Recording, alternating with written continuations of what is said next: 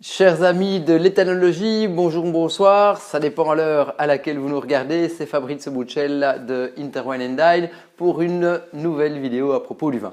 Alors aujourd'hui, je vais vous parler des différences entre AOP, IGP et même les vins qui n'ont aucune de ces sigles-là. Mais avant cela, n'oubliez pas, si vous souhaitez recevoir gratuitement la fiche de dégustation de l'école d'énologie Interwine & Dine, avec laquelle nous pouvons déguster l'ensemble des vins qui sont présentés et discutés, il suffit de cliquer sur le lien qui se trouve dans la description de la vidéo et vous la recevrez gratuitement dans votre boîte mail. Venons-en à la question du jour, à savoir quelle est la différence entre des vins AOP, donc appellation d'origine protégée, ou DOP, dénomination d'origine protégée, et puis des vins IGP, indication géographique protégée, et enfin les vins qui n'ont aucune de ces mentions-là, qu'on appelle tout logiquement les vins sans indication géographique. Je vais essayer d'être bref et concis, mais vous savez que ce n'est pas toujours évident. Je fais des efforts et puis par ailleurs le sujet est un peu complexe. Alors d'abord il faut savoir que ces histoires de AOP ou DOP et de IGP, c'est une réglementation européenne. Donc la réglementation s'applique à l'ensemble de l'Union européenne et elle concerne les produits agroalimentaires. Alors fondamentalement, je dirais 70-80% de ces produits sont des produits qui sont liés au vin parce que fondamentalement cette réglementation, elle est en fait tirée, elle s'est construite au départ des réglementations qui existaient dans le milieu vitivinicole.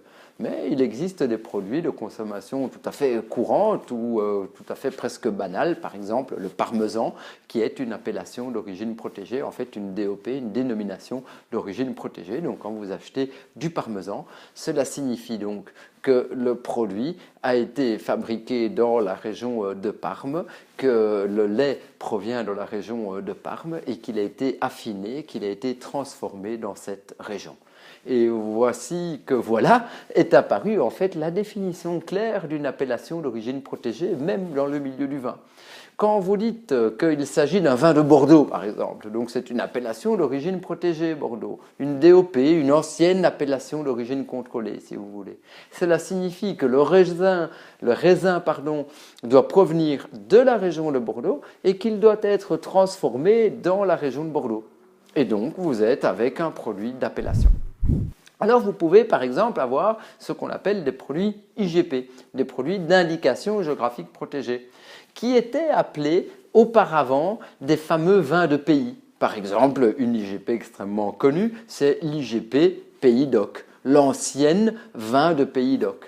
Alors là, il y a un lien qui est un peu plus large, qui est un peu moins précis, si vous voulez, par rapport à l'origine d'où vient le produit agroalimentaire. Donc on comprend que les vins de l'IGP Pays d'Oc, ils peuvent provenir d'une zone plus vaste et que la transformation des raisins ne se fait pas exactement 100% là où ils ont été récoltés. Donc c'est quelque chose d'un peu moins précis, si vous voulez. Mais ça reste quand même une idée d'une origine géographique, même si elle est moins précise et donc, si vous voulez, quelque part, d'un point de vue administratif, moins valorisée que les vins d'appellation d'AOP. Et enfin, il existe des vins qui font le choix de n'être mis dans aucune de ces catégories. C'est ce qu'on appelle des vins sans indication géographique. Ce qu'on appelait en fait avant des vins de France ou des vins de table. Alors, auparavant, il y a 30 ans, il y a 40 ans, quand j'ai fait ma qualification de sommelier, ces vins étaient assez déconsidérés. Aujourd'hui, il existe beaucoup de vignerons, notamment des vignerons très tendance, par exemple des vignerons nature ou des vignerons biodynamiques, qui ne souhaitent pas, pour des raisons qui leur appartiennent, ou en tout cas subir les contraintes, eux les voient plutôt comme des contraintes qu'ils doivent subir, des appellations, que ce soit des appellations d'origine protégée ou des indications d'origine protégée. Et donc ces vignerons décident de sortir quelque part et de mettre leurs vins en vente comme étant des vins sans indication géographique. Ceci pour vous dire que si le vin n'a pas une indication géographique, cela ne signifie pas forcément qu'il s'agit d'un mauvais vin. Il est une question que nous n'avons pas abordée, c'est quelle est la différence fondamentale entre un vin AOP, IGP et un vin sans indication géographique. Au-delà de la région de production, il s'agit en fait d'un cahier des charges. Donc les vins d'appellation doivent suivre, si vous voulez, une série de contraintes. On ne fait pas ce qu'on veut dans un vin d'appellation. On est obligé d'utiliser certains cépages, donc certains types de raisins. On est limité par certains rendements. On doit planter les vignes d'une certaine manière. On a donc une série de contraintes qui sont résumées dans ce qu'on appelle un cahier des charges. Alors, les cahiers des charges pour les vins d'appellation sont les plus stricts, on le comprend assez vite. Pour les vins d'indication géographique protégée, sont un peu plus larges, c'est-à-dire par exemple que les cépages autorisés sont un peu plus grands ou en plus grand nombre, disons, et que les rendements, par exemple, sont un peu plus élevés.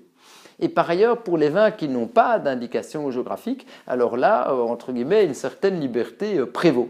Et c'est pour cela que certains vignerons, notamment les vignerons bio, biodynamiques ou des vignerons nature, préfèrent faire le choix d'aller vers des vins qui n'ont pas d'indication géographique afin d'avoir une certaine liberté qu'ils pensaient avoir perdue dans les vins d'appellation ou en restant dans les appellations.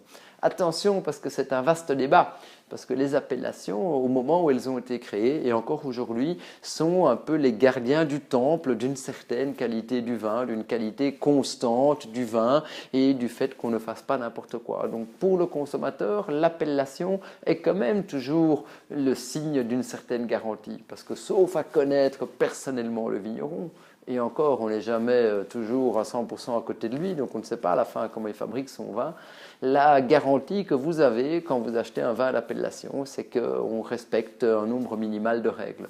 Quand le vin n'est pas fabriqué sous le label d'appellation, cette garantie n'existe pas. Mais par ailleurs, on trouve des vins magnifiques parce que certains vignerons ont le génie et l'inventivité de pouvoir s'affranchir des règles pour quelque part sublimer et grâce à la liberté retrouvée, faire des produits qui sont juste magiques à la dégustation.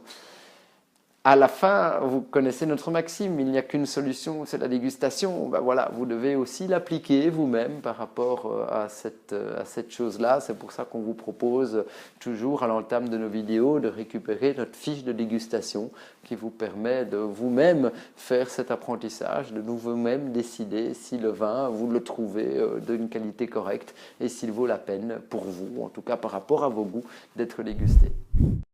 Pour résumer, nous avons donc les vins d'appellation d'origine protégée qui étaient les anciennes appellations d'origine contrôlée qu'on appelle plus globalement au niveau de l'Union européenne des vins de dénomination d'origine protégée. Juste en dessous, vous avez les vins d'indication géographique protégée qui étaient les anciens vins de pays. Et enfin, vous avez les vins sans indication géographique qu'on appelait avant les vins de table ou les vins dits les vins de France. Voilà, nous arrivons petit à petit au terme de cette vidéo. Si vous avez un vin qui n'a pas d'indication géographique, mais que vous connaissez et que vous appréciez particulièrement, ça nous ferait plaisir que vous le partagiez en commentaire de cette vidéo et on pourra ainsi discuter et faire partager des vins qui sont peut-être un peu moins célèbres ou un peu moins connus, mais que vous avez découverts et qui vous ont particulièrement plu et qui sait, si j'ai l'occasion, je pourrais éventuellement un jour le déguster et partager mes impressions de dégustation avec vous. Donc voilà, on arrive petit à petit au terme de cette vidéo qui répond quand même beaucoup à une question que me posent souvent mes étudiants. Donc j'ai eu beaucoup de plaisir de passer ce moment en votre compagnie. J'espère que cette vidéo vous a plu. C'était Fabrice Buccella pour l'école d'énologie Interwine and Dine. Et si la vidéo vous a plu, ça nous fait quand même un petit plaisir si vous mettez le petit pouce levé, le petit like comme on dit. Et puis voilà, que vous dire de plus, la bonne semaine comme on dit. Et surtout, n'oubliez pas, à la fin de l'histoire, vidéo, pas vidéo, discussion, pas discussion, il n'y a qu'une solution, c'est la dégustation.